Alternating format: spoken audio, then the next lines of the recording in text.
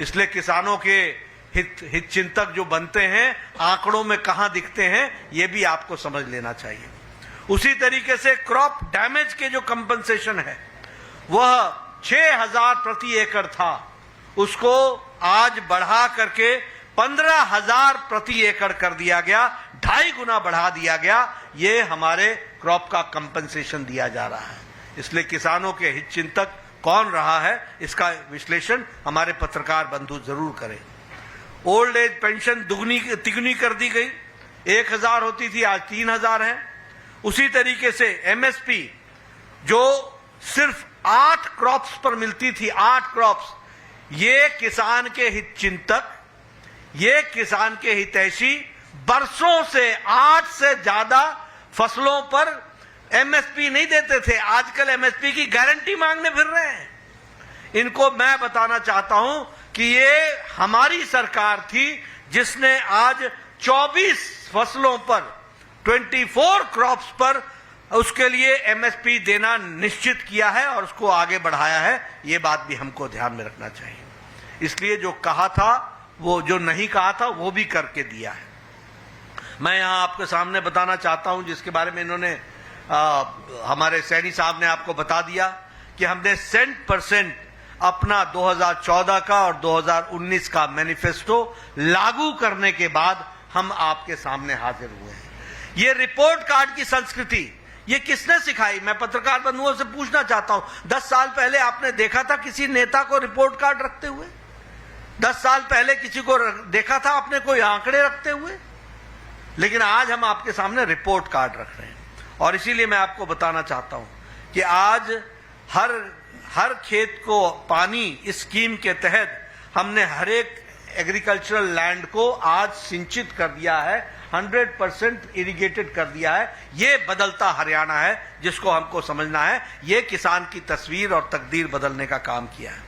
Interest free agricultural loan जो है वो 3 लाख फार्मर्स को दिया जाएगा, उसकी भी व्यवस्था की गई है।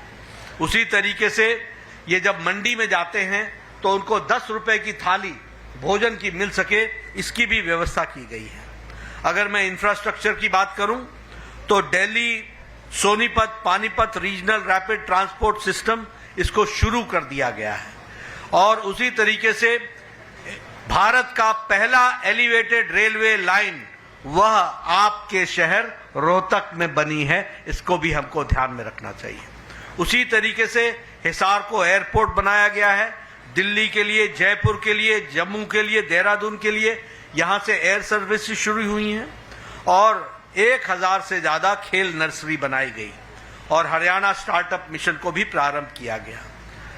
अगर मैं महिलाओं की बात करूं तो विवाह शगुन योजना में एनुअल इनकम जो थी उसको 1.8 लाख तक बढ़ा दिया गया ताकि ज्यादा से ज्यादा हमारी बहनें उसमें कवर हो सके, उस बात को किया गया है।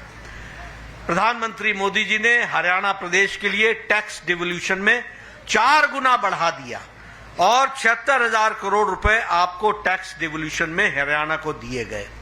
उसी तरीके से ग्रांट्स इन एड में 3.5 गुना बढ़ा दिया गया, आपको 70,000 करोड़ रुपए उसमें भी दिए गए। स्मार्ट सिटी में फरीदाबाद को और करनाल को 15,000 करोड़ रुपए दिए गए, इसकी भी व्यवस्था की गई है। और जल जीवन मिशन में आपके लिए हर घर को नल दिया जाए, इसकी सुव्यवस्था हरियाणा की सरकार ने किया, जो कहा था वो करके दिया है। आज मुझे खुशी है ये बताते हुए, इंफ्रास्ट्रक्चर की बात कर रहा हूं, मैं पौने 10 बजे अपने घर से निकला हूं और 11:30 बजे मैं रोहतक पहुंच गया हूं।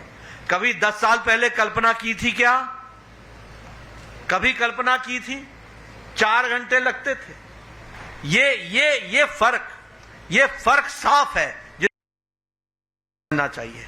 आज आईआईटी दिल्ली का फाउंडेशन स्टोन रखा गया है।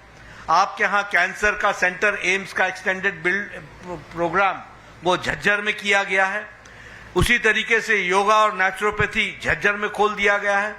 राव इंद्रजीत सिंह साहब यहां बैठे हैं, इनको पता है all India institute of medical sciences, आज वो रेवाड़ी में उसका काम शुरू कर दिया गया है। उसी तरीके से मेट्रो का गुड़गांव में 5,450 करोड़ रुपए की लागत से उसका भी स्टोन रख दिया गया है, उसको भी काम को शुरू किया गया है। हीरा में यानी हाईवेज, इंटरनेट, रेलवेज और एयरपोर्ट्स में हम आगे बढ़े हैं। Delhi Mumbai expressway, Delhi Amritsar Katra expressway, Ambala Kotputli corridor, Amritsar Bathinda Jamnagar, ये सारे एक्सप्रेसवे हरियाणा के थ्रू होकर के जा रहे हैं और हरियाणा के जीवन में मूल चूल परिवर्तन करने में बहुत बड़ा योगदान है, अमूल परिवर्तन करने में बहुत बड़ा योगदान है। इसको भी हमको समझना चाहिए। रेलवे में आज आपका इलेक्ट्रिफिकेशन 100% हो गया है। रेलवे का बजट हरियाणा में 9 टाइम्स बढ़ा दिया गया है और उसी तरीके से western dedicated freight corridor Rewari से लेकर मदर तक इसका भी बनाने का काम चला है। तो इस तरीके से ऑप्टिकल फाइबर में 6,000 गांव को जोड़ लिया गया है, 6,000 विलेजेस को ये पहुंचा दिया गया है। और हिसार का, जैसा मैंने बताया, एयरपोर्ट को ऑपरेशनलाइज कर दिया गया है। इसलिए ये मैंने सारी बातें आपके सामने किस लिए बताई?